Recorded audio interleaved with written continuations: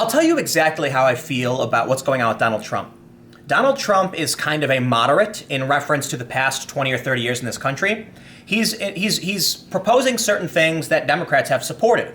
And it's weird now that you can see all these videos of Chuck Schumer saying we need border security, illegal immigration is bad, Bernie Sanders saying the same thing, Bill Clinton, Hillary Clinton, everybody, all the Democrats, it's bad.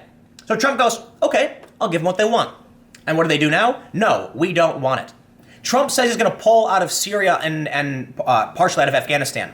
And what do we end up seeing? These weird mainstream figures like Rachel Maddow apparently had a segment saying it was wrong to pull out of Syria. And I've got people on the left, like even Noam Chomsky, apparently Noam Chomsky of the left, is arguing the U.S. should stay in Syria to help the Kurds. And I'm like, what happened to these massive international protests opposing military action in the Middle East? It says to me that it's just tribalism. I want whatever you aren't doing. It's like Trump could come out and be like, I'm going to give everyone $100, and they'll go, oh no, that's unfair. It's like Trump could come out and say, we've decided on universal health care. And you're going to have all these people saying like, that's absurd, it's going to damage the budget, are you nuts? Oh my God, Trump is so crazy. Don't get me wrong. There are some left-wing organizations that are praising Trump over his decision in the Middle East, right? Some progressive advocacy groups have said so. This is an interesting article I saw from The Hill. Donald Trump is completely transforming the Democrats. Transforming, yes, that's fair too, and I also say exposing some. Donald Trump is what we see with people like Schumer he's been exposed. He was like this. Look, I watched a video. It was a supercut of like 12 minutes of Schumer advocating for building a border barrier and ending illegal immigration, and now he is doing everything to oppose Trump. And they talk about this. Let's go through it. Washington has long been a stranger to principle, other than the principle of self-advancement. Yet something new seems to be emerging in the country. Politicians have long felt the need to disguise raw political agendas in the presence of principle. That pretense is now gone. In this age of rage, voters seem to have no patience, let alone need, for leaders speaking of abstract principles. They want immediate, unequivocal action in supporting or opposing Donald Trump. For Democrats, that unequivocal, all-consuming purpose has led to the abandonment of core unifying values, including many that first drew me to the Democratic Party. While they would vehemently deny it, Trump is remaking the party in his inverse image. This past month has shown just how far the transformation has gone. The remaking of the Democratic Party was most evident last week with the reaction to Trump's decision to withdraw troops from Syria. There was a time when a sizable number of Democrats opposed undeclared wars and unending military campaigns. Now, however, Democrats are appalled that Trump would not continue a war in one of the myriad countries with U.S. troops engaged in combat operations.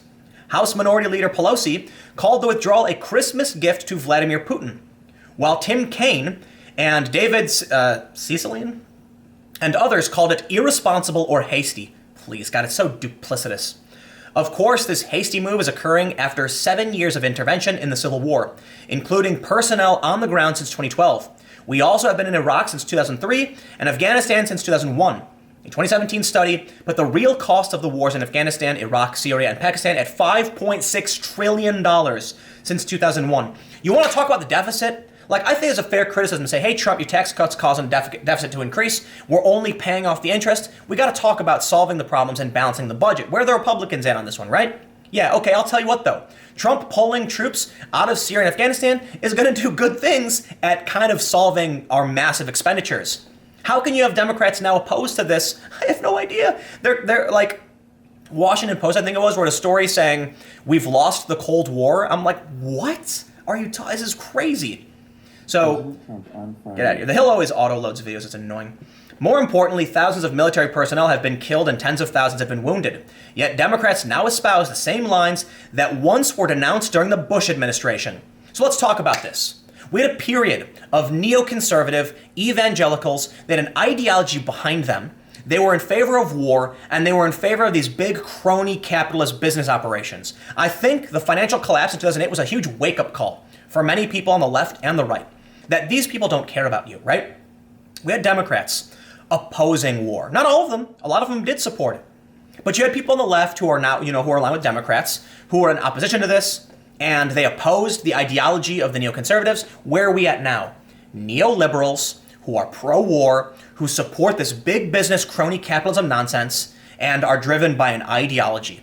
It, to me, is the exact same thing. That's what he's talking about right here, kind of. He's alluding to this inverse image we're seeing of Trump, and to me it feels like because Trump is actually kind of moderate relative to the last Republicans we've seen, the Democrats have no choice but to go further left to oppose him. Because what would happen? Trump comes out and goes, I want border security. And the Democrats go, well, we've been talking about border security for decades. Okay, Trump, congratulations. Thank you for agreeing with us. What's going to happen? People just don't like Trump. The Trump derangement syndrome is real. Have you seen this video going viral of a guy in a vape store refusing to sell and screaming at the top of his lungs because a dude's wearing a Trump shirt? Like, that's nuts, dude. Like, I don't like Trump. Like, that's fine. I don't like any politician, to be honest. But I'm not going to shriek at someone. I'm going to be like, yeah, he's got a Trump shirt on. Yeah, welcome to America. Was I mad about, I grew up at a time with W. Bush in the Iraq War, and I was furious. I got a lot of friends who were libertarian, lefty hippie types said war is bad.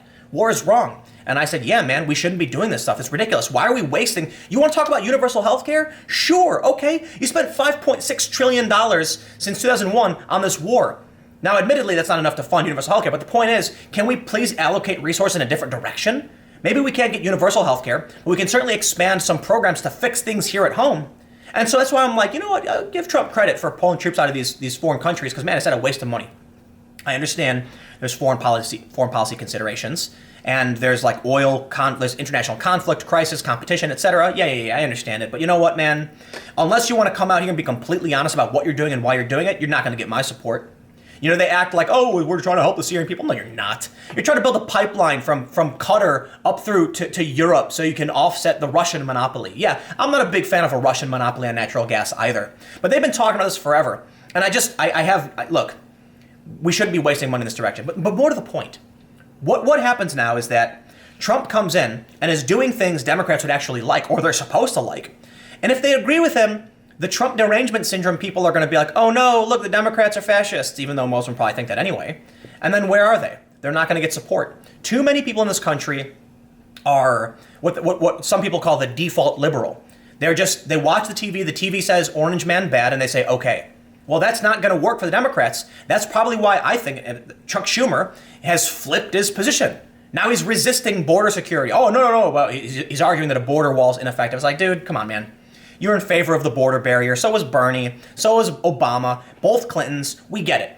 You guys don't actually have a position. You're just going to say whatever you think the average person in this country wants you to think, wants you to say. And then that's being driven by a media that wants to chase the Trump bump. So they just got to rag on Trump all day and night because it generates ratings, which angers the population. And then the politicians just react saying, sure, I'll give you whatever you want. And so it's really funny. Trump is completely transforming the Democrats. But I would actually argue it's the media in response to Trump are shaping the minds of Democrats and of like Americans, and the Democrats are responding to the image created by the media. Don't get me wrong. I'm not saying that all of the criticism directed at Trump is incorrect, wrong, or bad. By no means. Trump needs to be criticized. Trump is absolutely worthy of criticism, and I typically don't like him for a lot of reasons. But I'll admit I'm kind of just like tepid on politicians in general because it's not unique to Trump. I just don't. I don't. The things I don't like about Trump, I don't like about Hillary, and I don't like about Obama. Admittedly, I know a lot of people are not going to like this. I like Obama way more than I like Trump. That's fully acknowledging that Obama was they call him Obamer. They call him the deporter in chief. But there are some things about Obama that I like a lot more in terms of just like representation of a professional attitude and how to be charismatic and lead. And the only reason I don't think that has anything to do with why the media hates Trump. I think it's just that, Trump was able to generate so much free press that really benefited him by being shocking. And I think he knew this. There's this really interesting video I watched that talked about how Trump was able to overcome being pegged as any one thing. The media will try and find that one bad thing about you, and they'll run it like crazy. And Trump knows this. That's why Trump did it to these other candidates. But to counter it, Trump just did a bunch of things, right? He said a bunch of things that were considered extreme. He walked some of these things back. He had a bunch of different, kind of gaffe situations. And so the media had nothing to peg Trump on other than, well, that's Trump.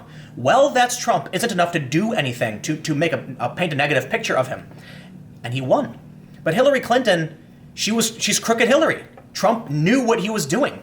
And now what we're seeing in response to Trump is that the media has pushed people in a certain direction, and the politicians will just be like, they don't like Trump? Okay, I'll just disagree with whatever he says. So we come to a point now where Trump actually goes, okay, I'm going to give the Democrats what they want. Border security and an end to some of these foreign wars. And they're mad about it. They're mad about it, right?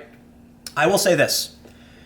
Trump's actions in North Korea and South Korea, I am 6 out of 10, right? And the reason I say 6 out of 10 is because it was really scary in the beginning, but overall has led to a positive direction. There's still some things to consider there. But I would say, maybe 7, because we've seen they just did a joint railroad between North and South Korea, and that's huge. That's huge. And so I think Trump absolutely deserves credit for that. But Trump is such a crass and crude individual, he worries me a lot. And look, you don't have to agree with me, but you should recognize that this is how liberals feel. And I'm not even like a Trump derangement syndrome person. When Trump goes on Twitter and starts, saber rattling, it gets worrisome. And there's a lot of conservatives who laugh about it and say, go for it, yes. And there are liberals who are freaking out, wondering if there's going to be a war or something. By all means, you can think that's ridiculous and crazy and they've got Trump derangement syndrome, just so long as you recognize they feel that way, and this is why people are going to start moving in this direction. The saying goes, people won't remember what you said, they remember how you made them feel. And there are a lot of people who feel worried, scared, or angered by Trump. And thus, they don't care what he's saying, they don't care what his policy is, they're just going to oppose him, and here we go. The Democrats are now morphing into something that's just a mirror to Trump. And that's crazy, because what Trump is doing, not all of it is bad. There are a lot of things I didn't like. Mostly it was foreign policy, but now pulling out of Syria and Afghanistan, partially Afghanistan, I'm warming up. I'm like, hey man, that's one of the biggest concerns for me. Cultural issues, the biggest. So Trump's never going to get a favorable rating from me because I think he exacerbates the problems of the culture war. Feel free to disagree. But the foreign policy stuff, I'm kind of like, you got to give it to him, man. Pulling out of Syria, pulling troops out of Afghanistan, more. Please, keep it coming. That's a good thing. Save money, bring that money back home so we can fix our infrastructure, provide support for our citizens and what's going on in this country. Makes way more sense. I don't want to ramble too much on this. Let's just read what their conclusion is. A party requires more than an all-consuming hatred for an individual. A party has to stand for something that transcends the immediate or the visceral. Yet in the age of Trump, the public is not interested in nuance or niceties. The watchword is resist. And that means resist at all costs, even to core values. In other words, the question is not what the Democratic Party will do, but what it will be after Donald Trump eventually leaves office. Yeah, they're going to be... And people wonder why I'm so critical of the Democrats. My policy positions are left. But when the Democrats are abandoning their own core principles, yeah, you're not going to see me too much in alignment with too much with these, weirdos. Anyway, thanks for hanging out. It's time to go. I'll have more videos up every day, main channel, second channel. I'll see you then.